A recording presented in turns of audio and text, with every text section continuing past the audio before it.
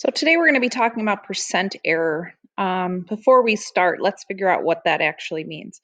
So percent error is the difference between what you estimate or guess something will be and what it actually is.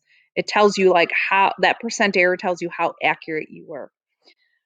So in order to find that out, we need to know what the amount of the error actually was. And that's really the key here.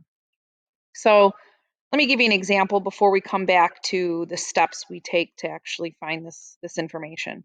So if you were asked to estimate the length of your classroom and you said it was 16 feet, but the actual length was 21 feet. So you can see your estimate and the actual amount was different. So we would want to find what percent error was your estimate. That's the kind of problem we're looking at. So to find this, we use the equation where the percent error equals the amount of error divided by the actual amount. So to find that, we just find the difference between the actual amount and your estimate.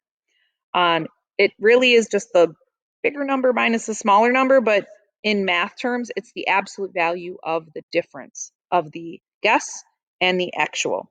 We divide that by the actual amount, and then we just make sure we change the decimal to a percent to find the percent error. So let's look back at that example. So our estimate was 16 feet. The actual length is 21 feet. We're going to find that percent error. So remember, the first thing we have to find is the amount of the error. So we subtract the original, or the actual amount, which was 21 feet, subtract our estimate, which was 16 feet, and you'll get 5 feet. And then we just divide that by the actual amount, which is 21, and then do that division in our calculator, and then change to a percent. So in this case, our amount of error is 5 divided by 21, which is the actual amount, and we get around 24% error.